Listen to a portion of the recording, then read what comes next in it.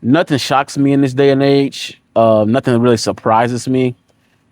But when I saw it, I was like, oh, fuck, they got me.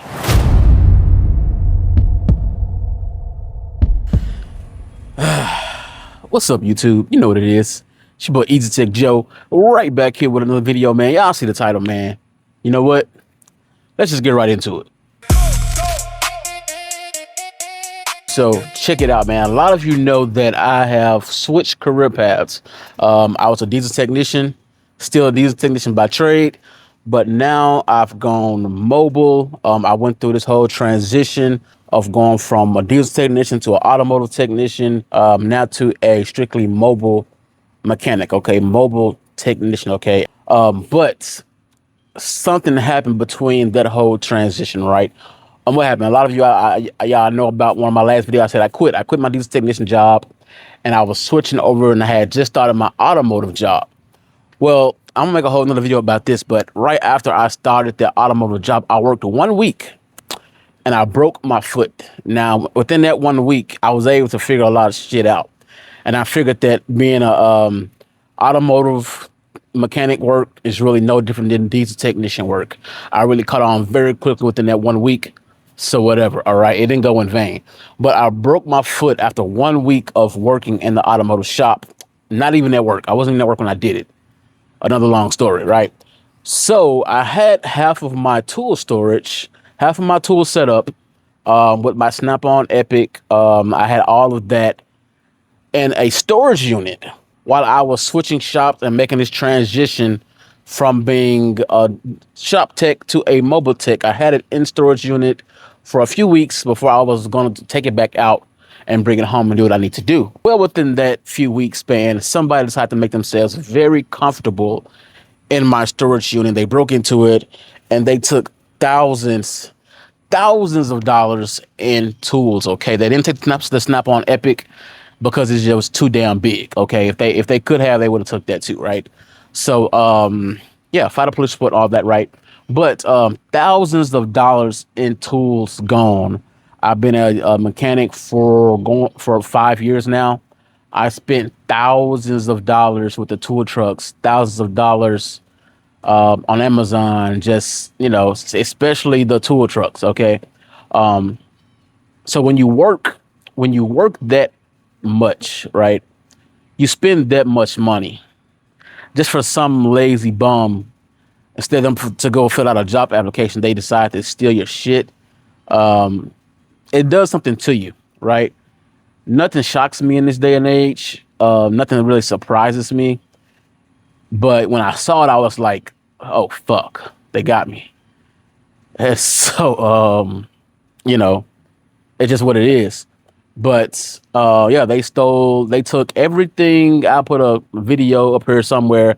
They took everything out of my Snap-on Epic except for my toolbox widgets. They did leave that, and they left, you know, a Pittsburgh socket and a Koken socket, right? They took all of my Koken nut grip sockets. I had the 3/8, the 1/4 inch master set. They took all of those sockets. That was like $700 worth of tools there. They took all of my Matco long double box end wrenches, right? They took that. They took all of my Capri wrenches.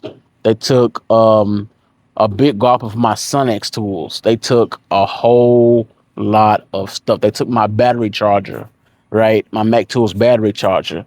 Thank goodness I took my $800 jump starter out from Goodall Start All because I was actually doing some side work, so I took it out to do that. So thank goodness they didn't take that. They took everything. They hung me dry.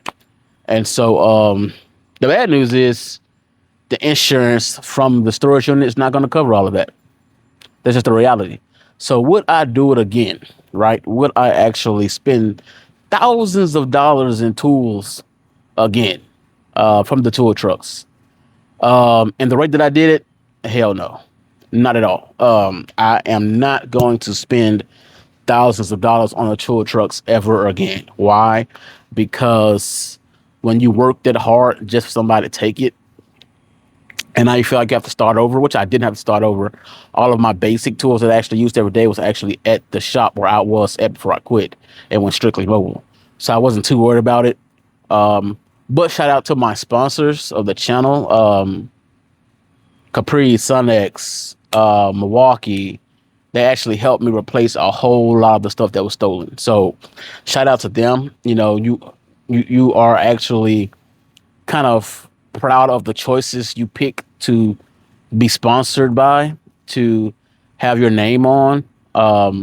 I've given all of them bad reviews. I've given them good reviews, and they still have my back regardless as far as this situation goes. Regardless of what I say about their tools, I give them good critique. I give them bad critique. If it sucks, it sucks.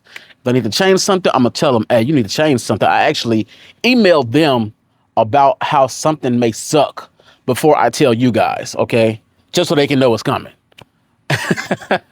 And that's what they want. The people think that because you have a sponsor that you're a bought reviewer, but in actuality, most of these big names like Capri, Sundex, Milwaukee, like the names that actually matter in this tool industry, they actually prefer you to be brutally honest.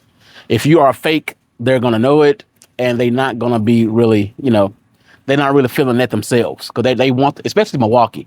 Milwaukee Tools wants their critique. If something is shit, they want you to tell them to their face that it's shit. All right. And that pipeline, I do that. I'd be like, hey, this is not working. So, and I will be a Milwaukee pipeline in August this year too. So, shout out to that.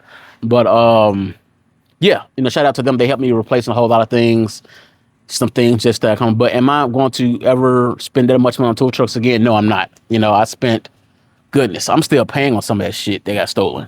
Right. So this is a PSA to new technicians, right? I've said it before, I say it again. Be smart with your tool buying selection. Now, I did a whole lot of excessive, unnecessary buying for the sake of content, for the sake of being a tool reviewer, a tool fucking influencer, whatever the hell you want to call me, right? At the end of the day, I'm just a guy like you that work on shit. I just love tools, right? I love tools, so I review tools to give people a different perspective of my opinions based on the facts, all right? If I give you my opinion, it's my opinion based on the facts and my experiences with them. So for new technicians, I would not recommend spending thousands of dollars on tools just starting out. All right.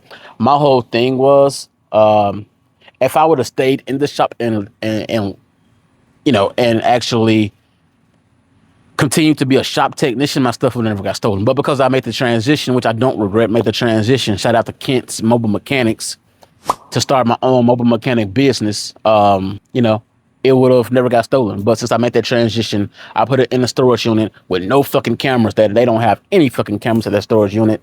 You know, I don't know if somebody was watching me or what when I put those tools in there, but they got me, all right. And it is what it is. I ain't heard about it. It's just life lessons. You know what I'm saying? Because at the end of the day, I'm gonna do what I gotta do regardless. I'll start over with fucking Pittsburgh tools. I don't care. If I were to start over today, I would not be buying any tool truck tools unless it's absolutely necessary.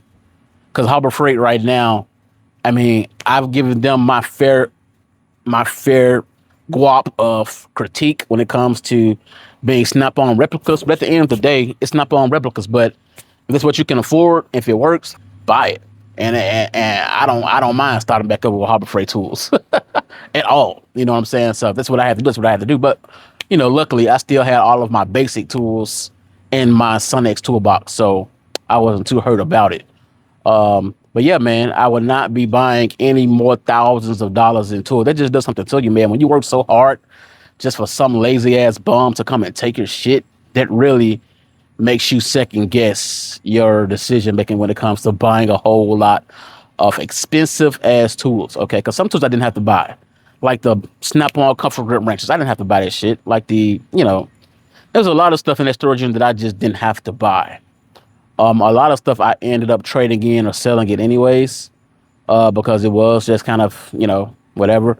Or I give it away to a new technician because I'd rather for somebody coming up who needed it to use it rather than just for it to sit in my toolbox and look fucking pretty. I would just rather somebody to actually need it, use it. I've actually mailed off tools to other technicians for them to have for free. You know what I'm saying? So, shout out to Mariah the mechanic. I've sent off tools, at least twice, I think, for somebody coming up in the field to just have tools. And I've done it before. You know what I'm saying? I don't mind doing it. If I see you for real about this work, I don't mind just giving you tools, you know, or I'll sell it for the low, you know, whatever. But yeah, man, that's this video, man. Tools gone, you know. Shout out to the sponsors that's helping me out to replacing those tools, especially some of those tools that was gone. Yeah, man, $1,000 in tools, probably in somebody's pawn shop or at somebody's house. I really hope they needed it though. You know what I'm saying? Like, if you're gonna take it, then you know, at least use it, right? And let me know in the comments, man, if y'all ever experienced anything like this, like, you know, tools being stolen, maybe they were ruined or destroyed in some kind of shop fire. Because I never would have thought this shit would have happened to me, but it did, right?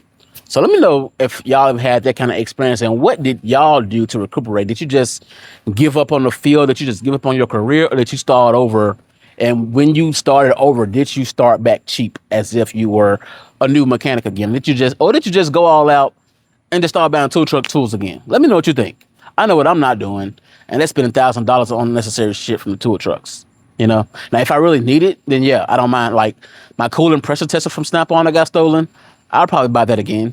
But anyway, man, catch me on the next video, man. Y'all know what it is. Like, comment, subscribe, all that stuff that YouTubers like to say at the end of the videos. You know what it is. Be easy.